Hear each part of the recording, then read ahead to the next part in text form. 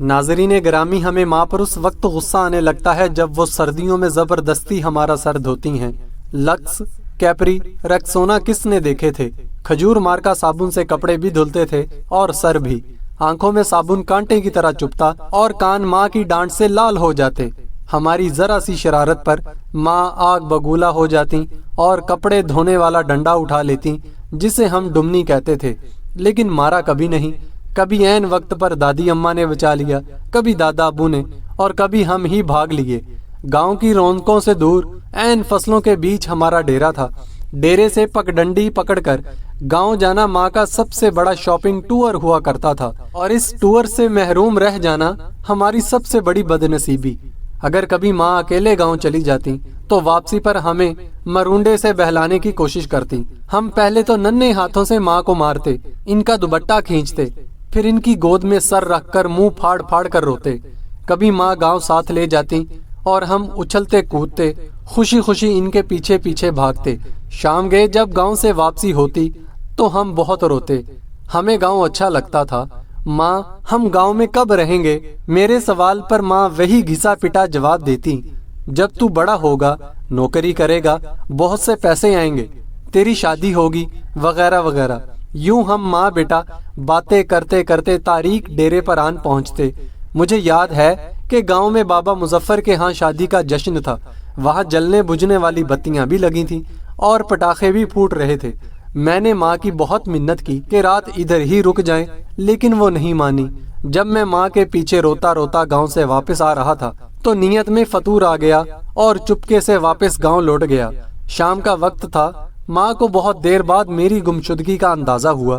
وہ پاگلوں کی طرح رات کے اندھیرے میں کھیتوں میں آوازیں لگاتی اور ڈیرے سے لے کر گاؤں تک ہر کونے میں لالٹین لٹکا کر جھانکتی رہی۔ رات گئے جب میں شادی والے گھر سے بازیاب ہوا تو شیرنی کی طرح مجھ پر حملہ آور ہوئیں۔ اس رات اگر گاؤں کی عورتیں مجھے نہ بچاتی تو ماں مجھے مار ہی ڈالتی۔ ایک بار ابو جی اپنے پیر صاحب کو ملنے سرگودا گئے ہوئے تھے۔ میں اس وقت 6-7 سال کا تھا۔ مجھے شدید بخار ہو گیا۔ ماں نے مجھے گرم چادر میں لپیٹ کر کندھے پر اٹھایا اور کھیتوں سے گزرتے 3 کلومیٹر دور گاؤں کے اڈے پر ڈاکٹر کو دکھانے لے گئیں۔ واپسی پر ایک کھالے کو پھلانگتے ہوئے وہ کھیت میں گر گئیں، لیکن مجھے بچا لیا۔ ان کے منہ سے میرے لیے حسبی اللہ نکلا۔ یہ واقعہ میری زندگی کی سب سے پرانی یادداشتوں میں سے ایک ہے۔ یقیناً وہ بڑی ہمت والی خاتون تھی اور آخری سانس تک محنت و مشقت کی چکی پیستی رہیں۔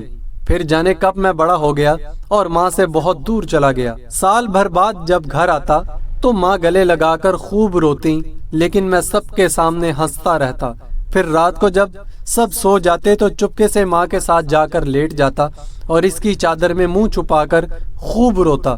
ماں کھیت سے چارہ کاٹتی اور بہت بھاری پانڈ سر پر اٹھا کر ٹوکے کے سامنے آن پھینکتی۔ کبھی کبھی خود ہی ٹوکے میں چارہ ڈالتی اور خود ہی ٹوکا چلاتی۔ جب میں گھر ہوتا تو دن بھر ان کا ہاتھ بٹاتا۔ جب میں ٹوکا چلاتے چلاتے تھک جاتا تو وہ سرگوشی میں پوچھتی، بات کروں تمہاری فلاں گھر میں؟ وہ جانتی تھی کہ میں پیدائشی عاشق ہوں اور ایسی باتوں سے میری بیٹری فل چارج ہو جاتی ہے۔ پھر ہم نے گاؤں میں گھر بنا لیا اور ماں نے اپنی پسند سے میری شادی کر دی۔ میں فیملی لے کر شہر چلا آیا اور ماں نے گاؤں میں اپنی الگ دنیا بسا لی۔ وہ میرے پہلے بیٹے کی پیدائش پر شہر بھی آئیں۔ میں نے انہیں سمندر کی سیر بھی کرائی۔ کلفٹن کے ساحل پر چائے پیتے ہوئے انہوں نے کہا، اس سمندر سے تو ہمارے ڈیرے کا چھپڑ زیادہ خوبصورت لگتا ہے۔ ماں بیمار ہوئی تو میں چھٹی پر ہی تھا۔